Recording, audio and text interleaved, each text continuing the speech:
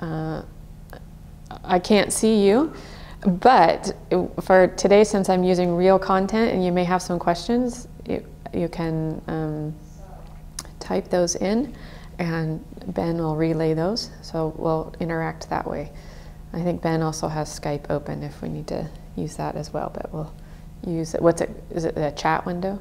Chat window, yes.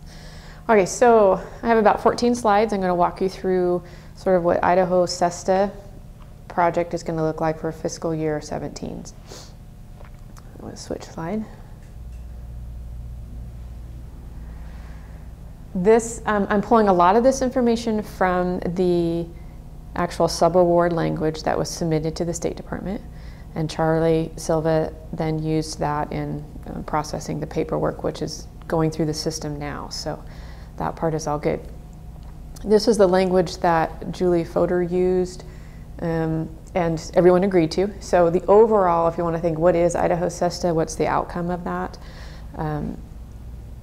it's to increase, and I've bolded kind of the important things, looking at school outcomes by building capacity of school-based personnel in evidence-based practices, around fidelity of implementation of those practices, and using data to inform decisions around those practices.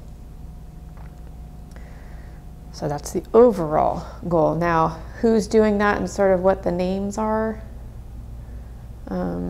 That's the next slide. There's 2 centers, and they are currently being called multiple things. So I've given you both names, and I think until the group settles, will hear them being called either BSU SESTA or SESTA South or South SESTA, or, and that's obviously down there. And up here, it can be referred to as CDHD SESTA or SESTA North, North SESTA. The contract language says BSU and CDHD, but people in meetings here recently have started calling them North and South, so we'll see where they land on that. As far as getting used to some of the names around that, on the BSU SESTA, Kelly Cross is the director of that. She is a faculty member at Boise State. Now I'll show you the sort of meetings and leadership things that she holds with BSU SESTA. And then underneath here are the 2 associate directors, and that's Kathy Thornton and Renee Miner.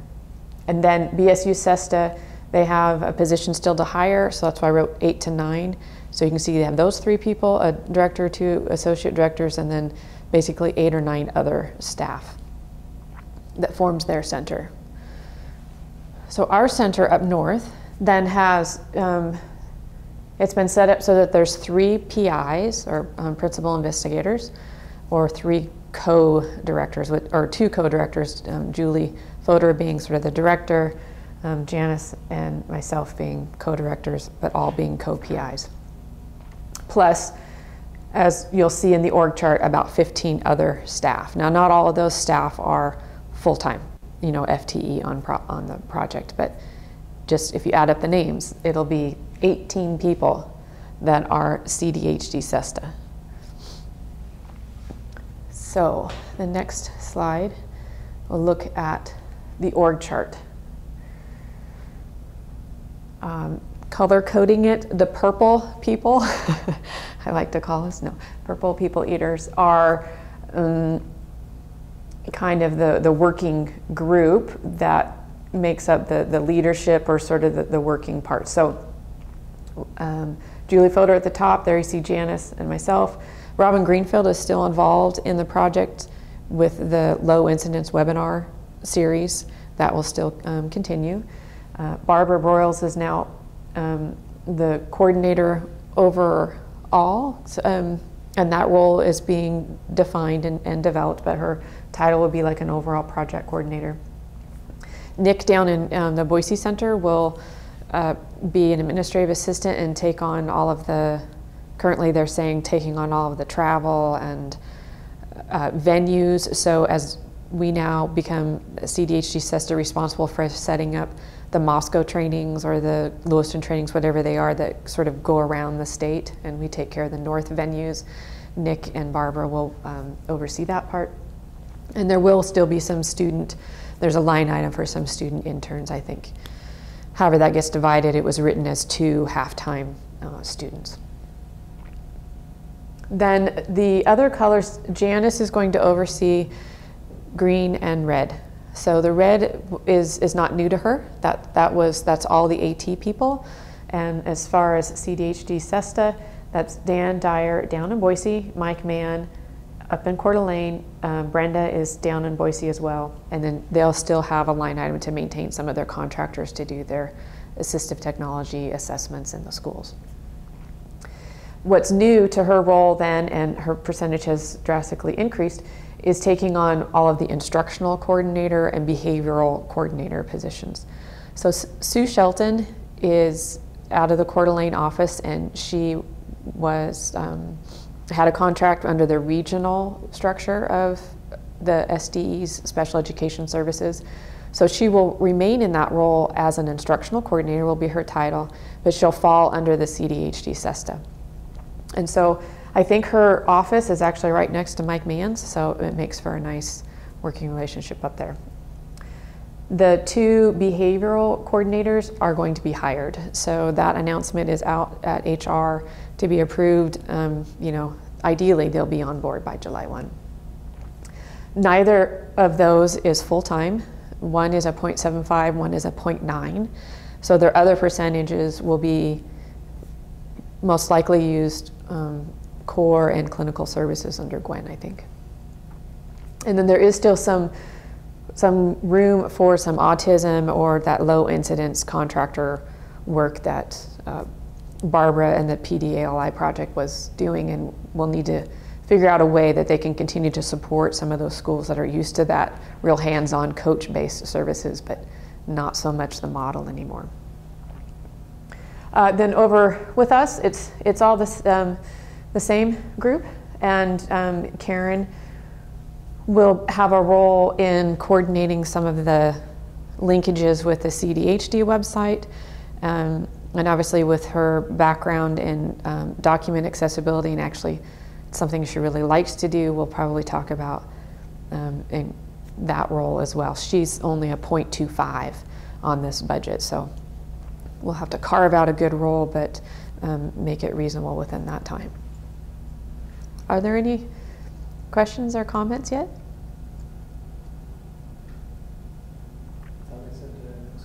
Okay. All right, next slide.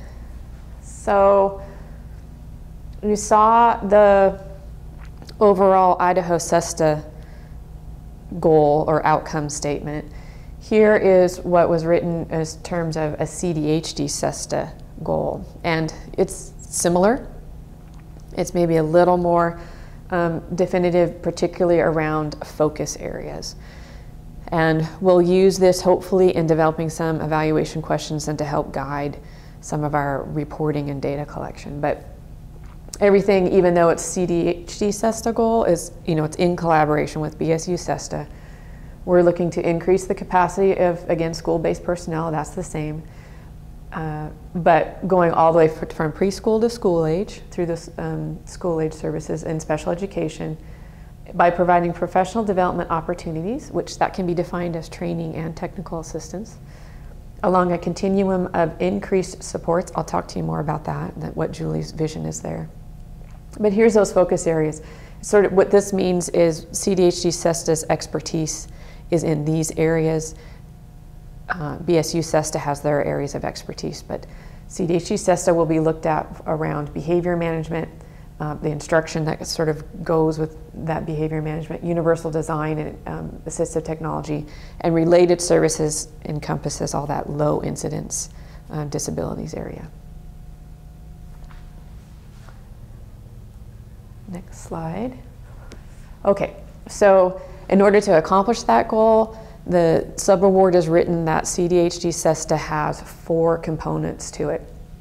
And I'll share with you the full subaward. It goes into each what these things are these do.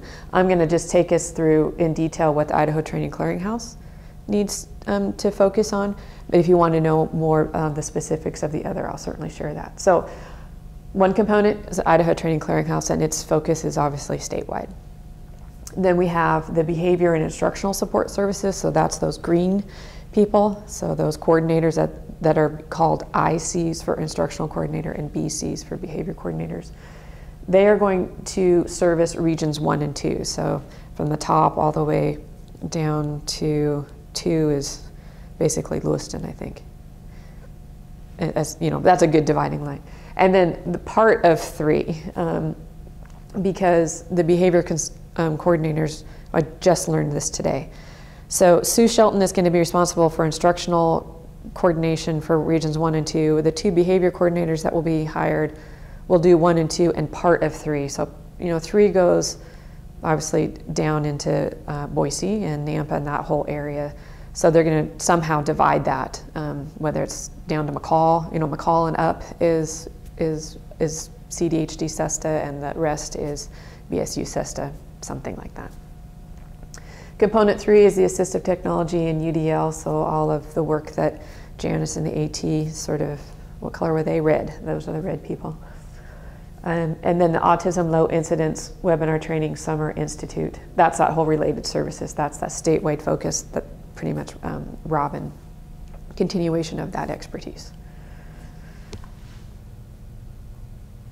All right, next one. So just focusing on that first component, ITC, what it's going to look like for us.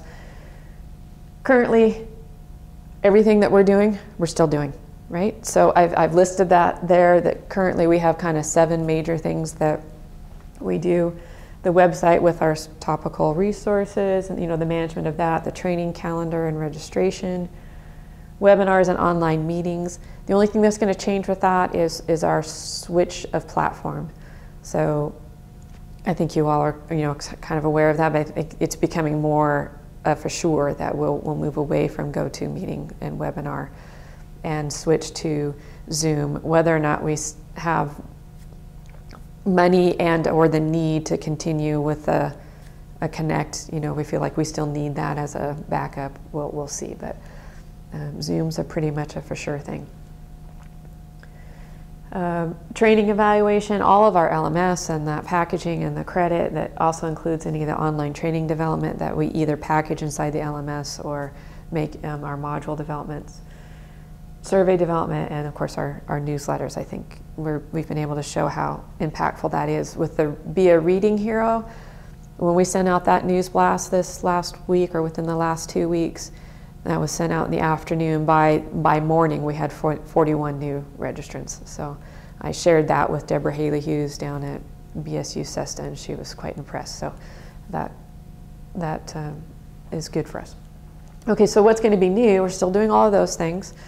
The new will be, and I should say new, and that this is all still kind of in development, but these are the things that are in the subaward and have been discussed in the current meetings that I can see are where they're targeting the clearinghouse to assist.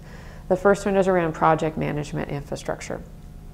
And what we mean by that is helping them with an online, a technology and infrastructure that can help with collaborating between the 2 centers and managing all the meetings. You'll see those at the end. I'll show you all the meetings that are transpiring right now. And help with project management around, in our case, we started the conversation with all the tech projects. So if they need to do a module like our RTI modules, or if they need to do a quick YouTube video, clippets that can be inserted into any of those kinds of technology things that we have the ability to help them with, how can we line those out and say who's going to do what by when? That's what we mean by project management. So what we've been testing on that right now, we started through, well actually I think I'm going to take you through each one of those. Okay, so project management, that's what I mean. Also new will be support center infrastructure. So this originally in the subaward is called a call center. And Julie's idea was that while we have these 2 centers, there would be this one place that people would be able to come to get help. So on idahosesta.org, that website, you can see they started that concept with a web-based form that says request assistance, and people that needed to reach out for help could use a web-based form that kicked out the request. Just taking that concept and making it a bit larger, and that they will have a phone line, different ways to get to this. Someone will sort of triage it, ask you questions, sort of get a feel for what's really needed and what the topic area is, and then disperse it out to these 15 people here and 8 people here, those between those two centers, who gets what to follow up. So that's the idea behind the call center, as it was called. Just recently this week, we're trying to switch our language to making it more of a support center, because it's beyond just picking up a phone. And then the third new task will be around data collection for process and outcome evaluation reporting. So that's going to fall into a lot of the 1 and 2 as we're doing those things, and as we're still doing our other things and collecting data around that, becoming a bit more connected on how we use all of that data to help us in writing reports and showing our effectiveness. So now I'm going to take you through each one of those.